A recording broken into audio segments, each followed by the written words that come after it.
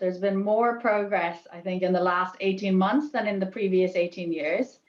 And that's fantastic. And that's, given a huge amount of attention to the sector. But notwithstanding, your opening remarks were also right. Global climate finance today is probably about 600-700 billion. That number, according to the IEA, needs to be 4 trillion per annum just for the energy sector. And when you add other sectors, more like 5 to 6 trillion. And then there are the more difficult questions of how do we mobilize capital and how do we do it in a way that has an impact on real world emissions. And that's what we're really trying to do with the impact report for the strategy that launched today, because we know that you can have a low carbon portfolio just by having a portfolio that owns a lot of asset light companies. And though that doesn't necessarily mean that you're investing to help reduce real world emissions. So what we try to do is report on every single position that we hold and report not just on their sustainability data, which has to be viewed in context and with explanation, but actually report on the things that they're doing to help reduce real world emissions, not just those portfolio emissions. Deirdre, different countries are taking very different paths to the green transition. I'm curious, when you think about investing and you construct your portfolio allocations, how do you incorporate those different approaches into your investment process? So ours is a really global strategy. We're very acutely aware of the fact that 90% of emissions growth going forward will come from emerging markets.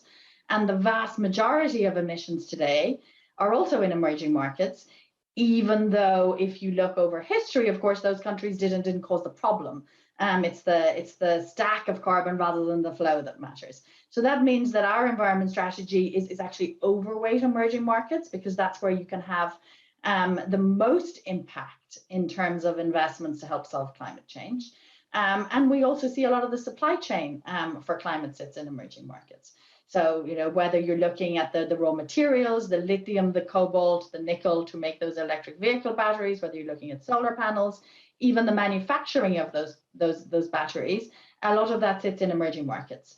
So we think there's a real, both an ability to have a positive impact, because a ton of carbon avoided in an emerging market is intrinsically more valuable than one in a developed market because of where they are in their industrialization cycle, but also have opportunity for outperformance because a lot of the companies that will really thrive will benefit from that structural growth tailwind.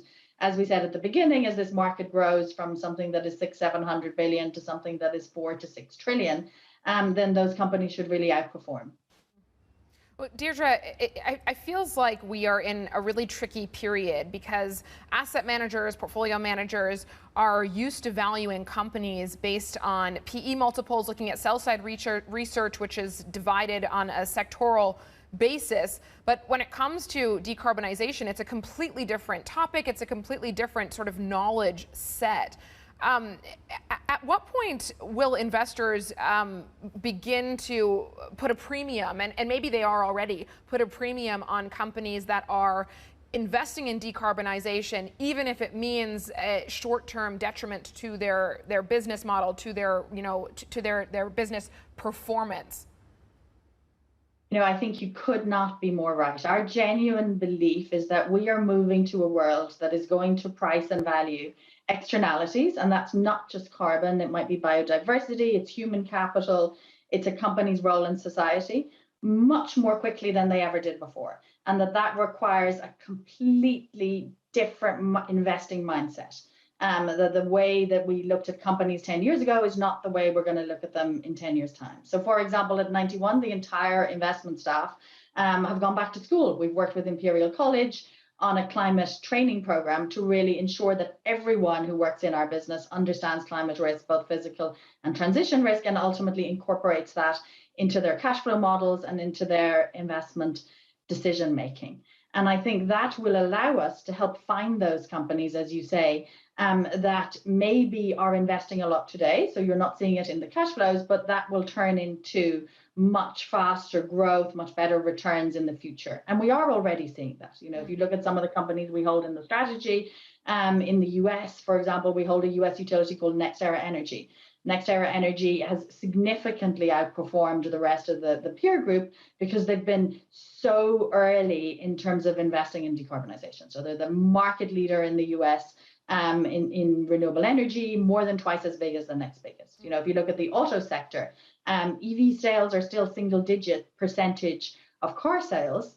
But if you look at the combined market cap of the pure play EV companies, they're almost half the market cap of the auto sector. So we see it across sectors, and we really believe this trend is only just beginning.